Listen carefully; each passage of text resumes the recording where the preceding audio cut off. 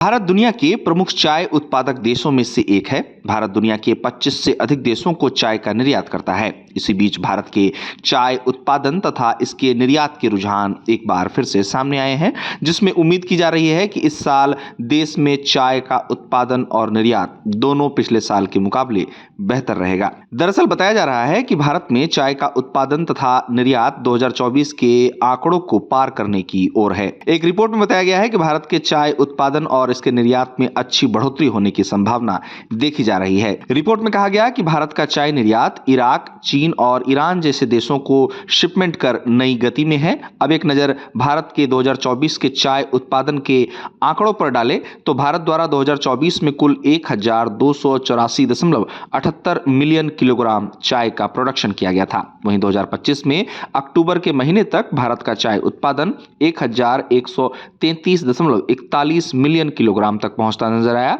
जो कि पिछले साल की इसी अवधि के मुकाबले 1% अधिक है। देश में इस साल चाय के उत्पादन और साथ ही निर्यात के बढ़ने की संभावनाओं के कारण पर बातचीत करते हुए इंडियन टी एसोसिएशन के चेयरमैन हेमंत बांगुर कहते हैं कि पिछले साल जहां देश के चाय बागानों में चाय की पत्तियों को तोड़ने का काम दिसंबर में बंद कर दिया गया था, तो वहीं इस साल पूरे दिसंबर के महीने में तुड़ाई जारी है। हमें इससे उम्मीद है कि देश के कुल चाय उत्पादन में पिछले साल के मुकाबले 20 से 25 मिलियन किलोग्राम की बढ़ोतरी होगी। इसके साथ ही एक्सपर्ट्स ये भी मान रहे हैं कि दिसंबर का महीना देश के चाय उत्पादन में अहम भूमिका निभा रहा है, जिसका परिणाम देश के कुल चाय उत्पादन में देखने को मिलेगा। वहीं टी एसोसिएशन ऑफ इंडिया के सचिव जनरल पीके भट्टाचार्य जी इस साल देश के चाय उत्पादन में वृद्धि की उम्मीद के बीच कहते हैं कि वर्तमान रुझानों के आधार पर इस साल देश का कुल चाय उत्पादन लगभग 1342 मिलियन किलोग्राम तक पहुंच सकता है। गौरतलब है